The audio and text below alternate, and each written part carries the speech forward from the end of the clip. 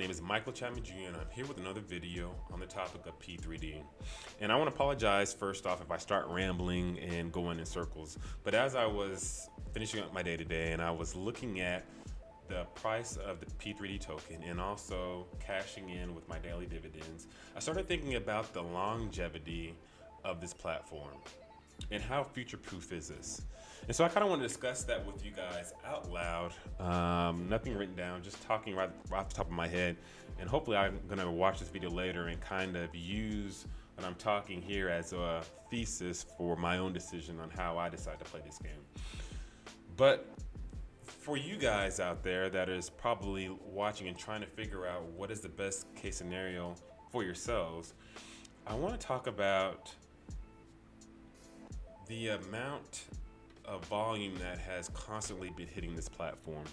So about 2 weeks ago, I remember this token being around $3 to get in. Now it's at $7.74 and it's continuing to rise at a drastic amount. And who knows, by the end of next week, it may be at anywhere between 10 to 15 bucks. We don't know. But it's with this game, there's a lot of people that are putting Ethereum into this thing and trying to collect dividends because it is the only project out there that is doing well, that is able to give people residual dividends on, the Ethereum that they're placing in there, and it's doing well. Has a lot of attraction, a lot of people promoting it, and a lot of people seeing this as the next best thing, right? But I started thinking, okay, let's get off the hype so much of what is going on now, but let's start looking into the future and thinking about, okay, what is the future of this project? And we can all get a sense that from the satirical pieces that the developers put together, that maybe it wasn't intended to go as well as it is doing, but it is doing well. So as an investor, as a smart investor, as you, myself, the rest of you guys out there are, you guys are thinking about, okay, so if I'm playing this game, where is my point where I say, okay, I'm good with this number that this coin is at, so I'm going to stop here and I'm going to consider that a game one. I started looking at this price and I started thinking, okay, well, let's consider I'm a whale, right?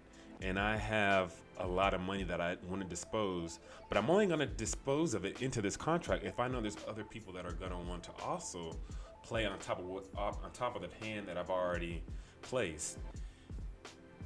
And so the question has to be is, what is that number per token that people are no longer going to want to invest on top of? Because at that point, right, nobody else is getting dividends, right? The only way to get dividends in this game is for people to buy and for people to sell. So I got to be thinking about it. What is the point at which nobody's gonna no longer buy, and how long do I want to sit on that roller coaster down for people to sell before I cash out? So let's give an arbitrary number out there, right? What is it?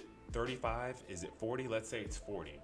At 40 bucks a coin, is that number too high for people to continue to play in this game? Do we realistically think that people are going to want to purchase this P3D token at 40 bucks a coin with the assumption that more people are going to invest on top of it? If the answer is no, then the question then has to become, well, at what number do I wait for the volume to drop down on, or what number do I wait for the P3D token to drop down on so that I can receive those dividends and then buy myself out and consider that a game one? But that's what I'm thinking of. My mind is going on that. What is the proper way to play this game? Because not everybody's going to win and not everybody's going to lose. And there's going to be some people that win at a much higher, 2x, 5x, 100x. There's going to be people that have a greater win and there's going to be people that have a greater loss. But the question is, as that smart investor, where is it that I play my hand and say it's a game one for Michael Chapman? And then it led me to think about, okay, so back on Sunday, the lead developer talked about having something that was more serious, a project that was more serious for the investor that wants to be in this thing for the long term, or be in a project for the long term. And it had me thinking, especially when another developer came in and said that the project that they're going to implement is going to pay out in P3D. And I think that that is a great insight to really think about for everybody, is that the execution of this new project and how it is able to generate P3D token is going to be the saving grace that allows this game to have its own longevity. So it's going to be, you know, a waiting game to see, okay, well, how is this trend rising? Are there people still producing a lot of Ethereum within this contract, or has the sell started to dwindle down? And during that time, where is this additional project and how is it going to impact this overall game? Because we were told that, based upon the Discord chat, that it wasn't going to be a competitor, but that it would be paying on a P3D token. So I like the fact that they are thinking long term in an efforts to solidify this token for being valuable in more than just a game. It's like I talked about in the last video, if they create something that has a use case, right? If it is a utility-based project that allows the P3D token to be used for more than just a dividend-based contract, then this project, this token could go very, very far. So I'm curious to see what you guys think about this. You know, have you guys been thinking about what is that number that people are going to be no longer willing to place money on top of the buy token? I mean, what's too much? What's too low? What's a good buy price? What's not a good buy price? But one thing I want to do is, you know, be transparent in my thoughts. And for those of you guys that are starting to subscribe to my channel and are commenting and messaging me within these videos, although I want to see this project do very well, because I'm an investor just like the rest of you guys, but I want to be realistic, because there's been too many of us that have been a part of projects that have failed, that we've hyped up, that people have hyped up with great intentions because they wanted to see these projects do well. But in all honesty, in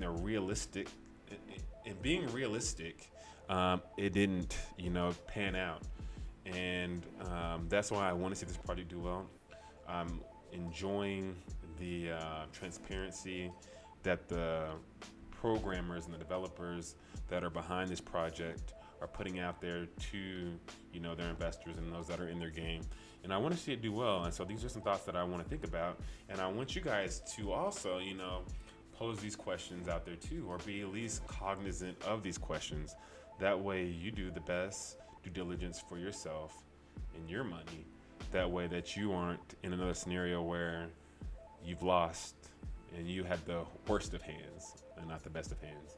With that, you guys have a wonderful day. Michael Chapman, be blessed. Have a good night.